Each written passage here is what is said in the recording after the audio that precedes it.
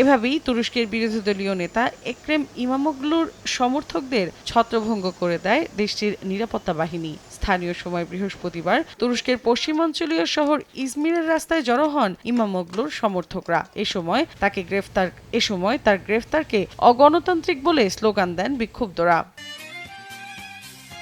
Istanbul city হলের বাইরেও দ্বিতীয় দিনের মতো জড়ো হন হাজারো মানুষ।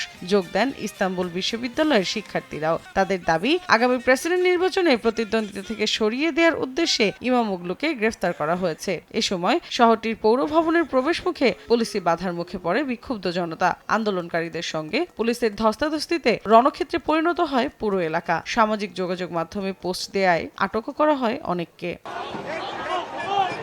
এর আগে বুধবার সকালে অভিযান চালিয়ে নিজ বাড়ি থেকে দুর্নীতি ও সন্ত্রাসী কার্যক্রমের সঙ্গে সংশ্লিষ্টতার অভিযোগের তদন্তের অংশ হিসেবে গ্রেফতার করা হয় মেয়র ইমামোগলুকে। তুরস্কের সরকার পক্ষ থেকে বিভিন্ন শহর ও সড়কে যেকোনো সভা সমাবেশ 4 দিনের জন্য বন্ধ ঘোষণা করা হয়। জনপ্রিয় এই বিরোধী নেতা আটকের ঘটনায় প্রভাব পড়ে দেশটির শেয়ার বাজারেও। সাময়িকভাবে বন্ধ রাখা হয় লেনদেন। মৌসুমী সাথী, সময় সংবাদ।